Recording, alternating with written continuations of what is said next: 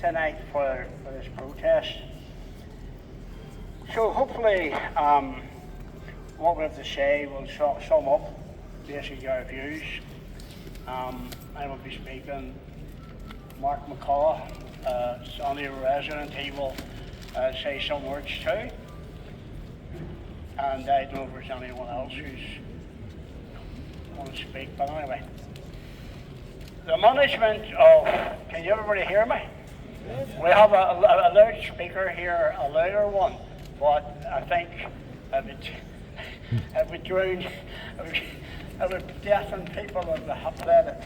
Anyway, the management of TransLink stated the Belfast Grand Central Station presented an opportunity to reshape the landscape and create a truly shared space for local residents and visitors alike. It required a careful and sensitive approach. Careful and sensitive approach. There was nothing careful and sensitive about the infrastructure minister's solo run to force through Irish language at the Great Central Station. The new station in which we stand this evening should be seen as a welcoming place for all.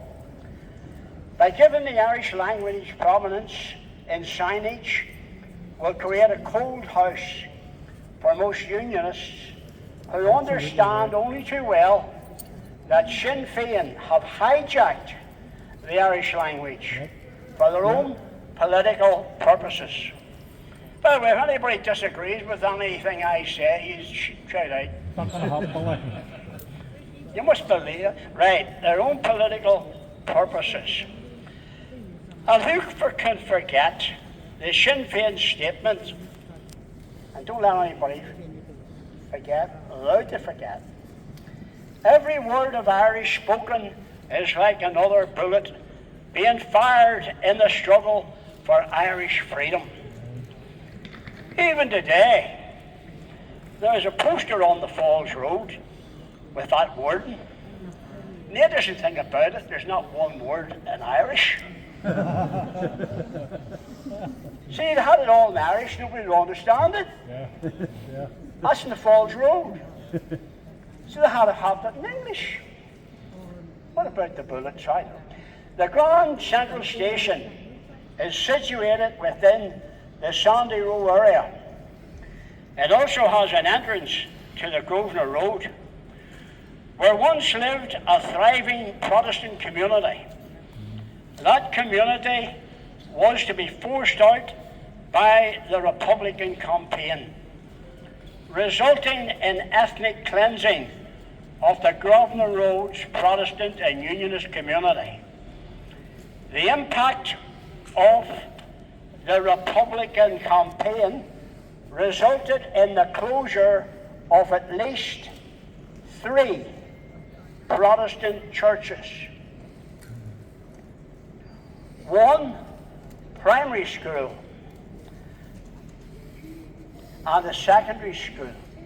Don't forget, Calvin suffered because of the depopulation and the pupil numbers went down, which gave the government a reason for closing it. So the closure of Calvin is still being affected by the Sandy Row and Greater Donegal Road community, even to this day. We also sadly saw the departure of the Distillery Football Club. Some people mightn't agree with that because they don't like the whites.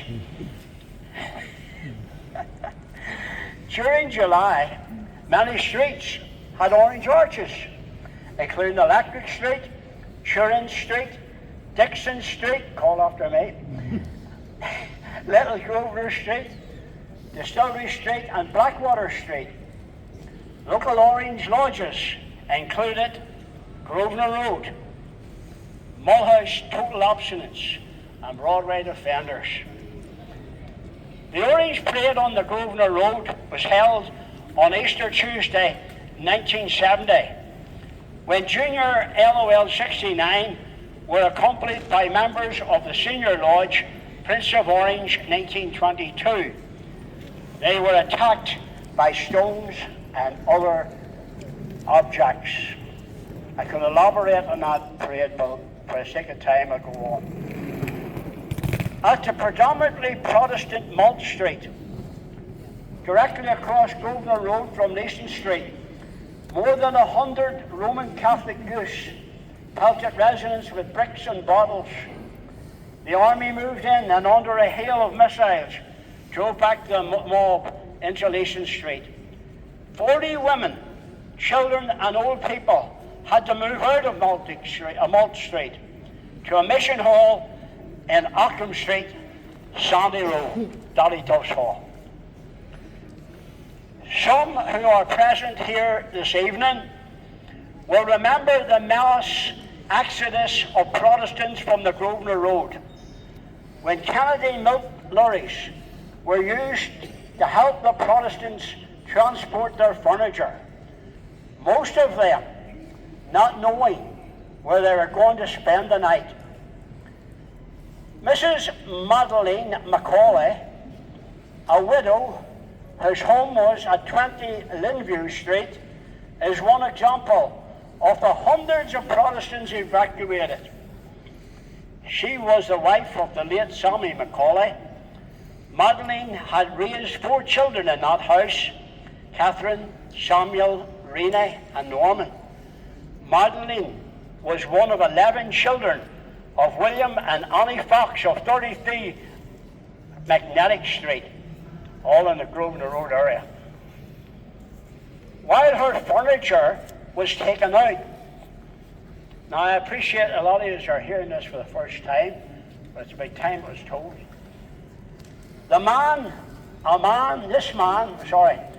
A Republican man came into the house to watch all that was going on. The man, with others, had already arranged for a family on their list to get the house, as furniture had already been stacked at one side of the front door, ready to be taken into the house. In the middle of the furniture was a framed picture of the Sacred Heart of Jesus. Did those involved in the ethnic cleansing of the area ever think that the living God, who they claimed to believe in, would not approve of their actions? I understand that some Roman Catholics moved out with the Protestants, who were friends with the Protestant neighbours for many years. Despite the sectarian hatred that forced Madeline Macaulay out of their home, she was never heard to say a word of bitterness about what happened to her. Now I'm finishing with these few paragraphs. By promoting the Irish language signage in the station will be seen by most Unionists and Protestants as giving the Republican movement a reward for their ethnic cleansing of Protestants from the Grosvenor Road, and a further extension of marking out and extending Republican territory, as clearly demonstrated by Sinn Féin's view that every word of Irish spoken is like a bullet being fired in the struggle for Irish freedom. Finally, we stand here this evening because we wish only to see this station where everyone can feel welcome, and that there should be a careful and sensitive approach to any proposal, and at this time we call upon our MLAs to stop the Infrastructure Minister, Liz Cummings, on her solo run to force through Irish language in and around the station. Anyone disagree with what I've said? No, absolutely not, boy. Mark McCullough.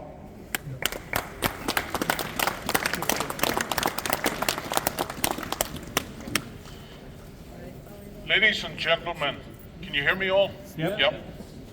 You're in Sandy Row. Some people claim that this isn't Sandy Row. Sandy Row was always here. This train station, bus station, and the predecessor stations have always been on Sandy Row. Billy has made the case for why the Grosvenor Road was part of the Sandy Row community as well. Here in Grand Central Station, signage may say welcome in many languages. You can see Fáilte over there, which is Irish, and Scots Gaelic for welcome. But for the local people of Sandy Row, that welcome rings hollow. Let's be honest, we're not here because of a TransLink decision. We're here because of a political decision engineered by Sinn Féin, executed by their minister, Liz Kimmins, and imposed without consultation, without consent, without even a conversation. Under Sinn Féin's watch, Sandy Row has been economically gutted, socially abandoned, and now insult is added to injury, with Irish language signage imposed, where no one asked for it, and no one needs it. We refuse to be silent at the wiping out, the forced rewriting of who we are. This isn't about opposing the Irish language. It's about standing against its misuse. It's about rejecting symbolism imposed from above without community consent. Drop the pretense. This isn't about accessibility, nor about guiding travellers. This is about territory, identity, control dressed up as cultural inclusion. Even TransLink knows that this is politically sensitive. Their own equality screening says, the signs are for those who understand and speak Irish. There's a tiny group in a public, that's a tiny group in a public station, and it's meant for everyone. And yet, this time, unlike the later Irish language rollout, there was no consultation, no survey, no dialogue. It was just silence, just imposition in a shared society.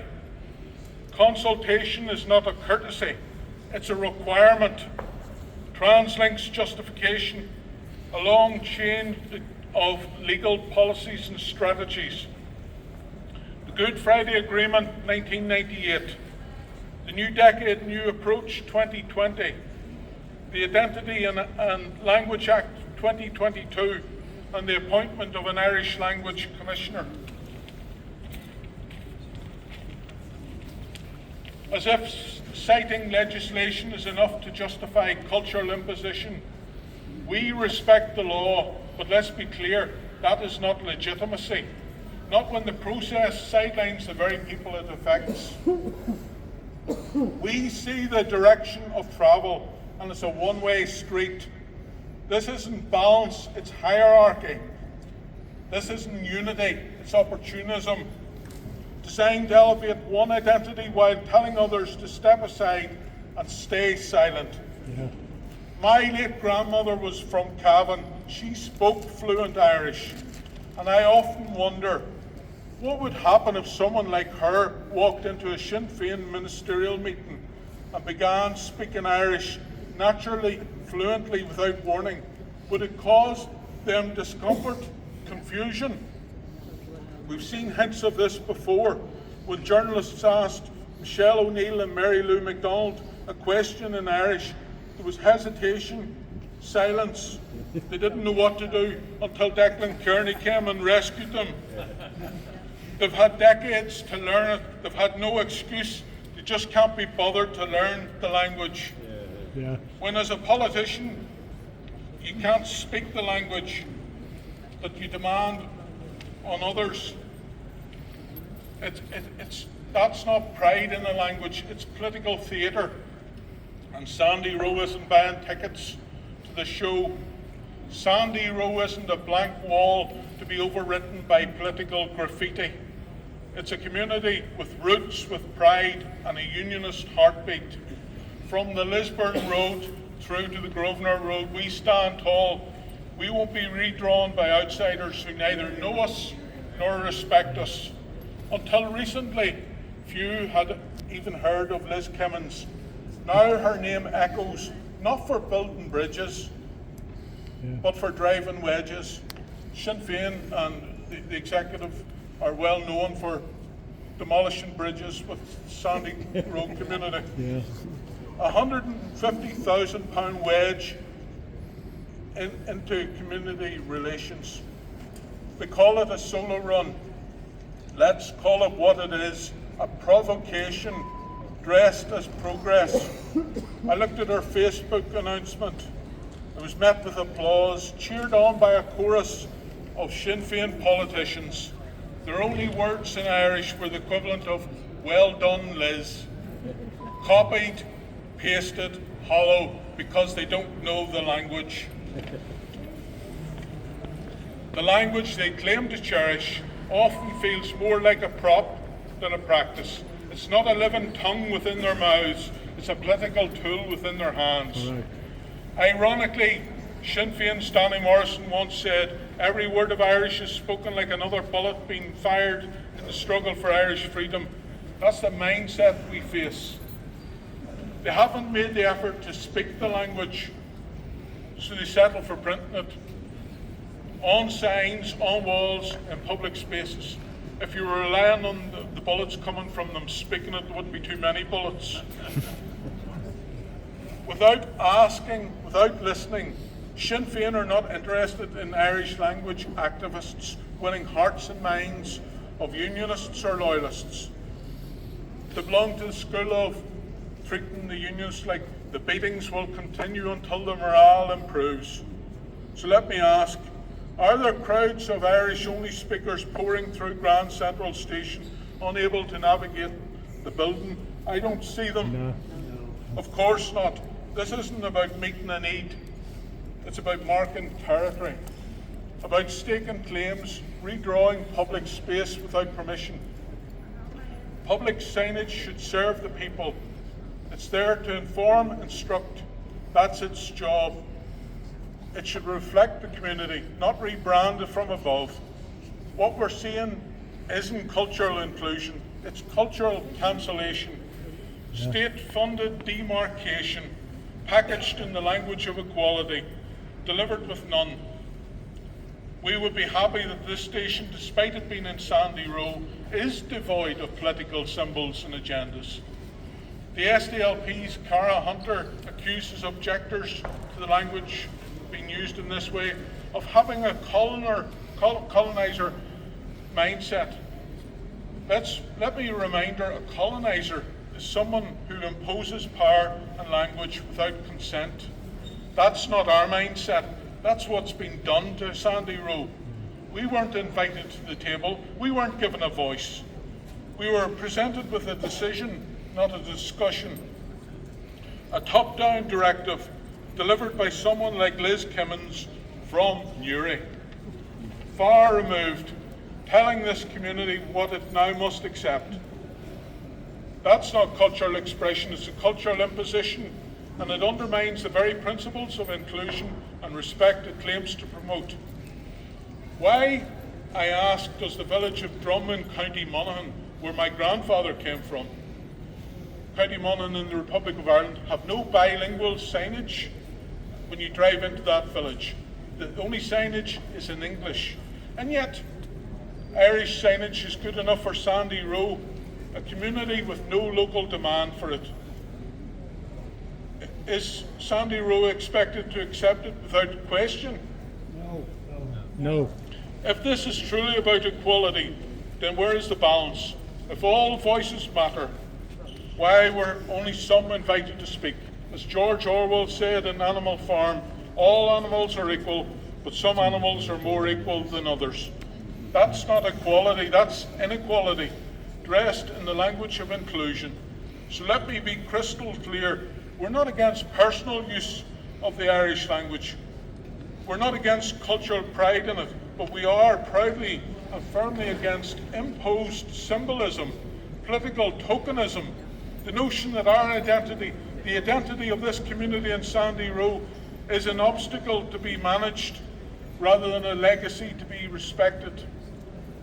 Sandy Row will not be silenced. It will not be sidelined. The community may not have been consulted, but we are answering back now, loudly, clearly, proudly. We need more than sound bites and sham fights on the airwaves or within the executive. This issue demands real leadership, not posturing. I'm calling on every one of you, look your unionist politicians in the eye, demand answers, ask them plainly, what are you doing about this? Because we have the unionist numbers, we have the power to trigger a petition of concern. There's one sitting there in the business office right now with just one signature on it. It lapses in 10 days or so on the 25th of April.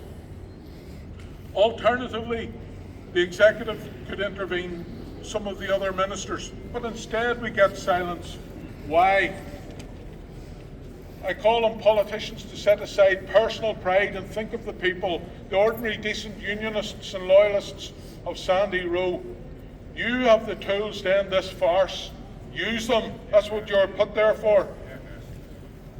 Even one unionist MLA has admitted privately that unionism in his party is split. Some want to stand with the people of Sandy Row. Others, they think that appointing an Irish language commissioner only muddied the waters, and how can they support an Irish language commissioner and then come to a protest like this? So they won't show open opposition. They hope that Jamie Bryson's judicial review will spare them from having to take a stand, spare them their blushes. That's not leadership, that's avoidance of the issue. This is our community, and it's time our representatives acted like it meant something to them. Politicians are chosen to represent you, so look them in the eye, message them, demand accountability. Thank you.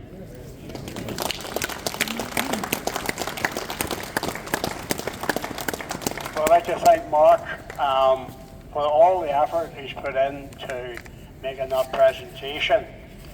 So all that has been said tonight sums up basically all our thoughts. And it's good that we have it in writing, what we feel and what we express. But it would have all been in vain. All would have been in vain, only for your presence tonight. That you've taken the trouble to come out and to come to this protest. I haven't counted everybody, but I would say there's at least 50 people who have come to the protest. And it's good to see some of the young people here as well. And good to see one of the mothers whose daughters actually put the name Boyne Place first of all. And that's, the name Boyne's going to stay. I've taken away the 1936 bridge, but the original Boyne Bridge, or Great Bridge, Saltwater Bridge, what do you call it, still there, buried, remains. But we have lost the 1936 bridge, which is a shame. You know, we had a minister, Mr. Lyons, of Communities. He could have done a solo run.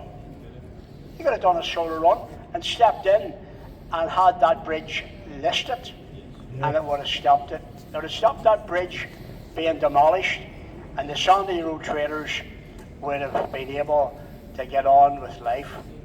But anyway, I think enough has been said, and if we can get even a portion of what's been said tonight over to the press, and the press report it, and I think a number of the papers will. But we've got to keep standing. Don't give up, because our slogan is still the same as it was with our forefathers. It hasn't changed, and that slogan still is. And as an Orangeman, affiliated to the Botanic Lodge, Sandy Row, Boyne Bridge Heroes, our slogan is still the same, and that's no surrender. And we mean it. We mean it. No surrender. Being loyal subjects, we're now going to sing the King.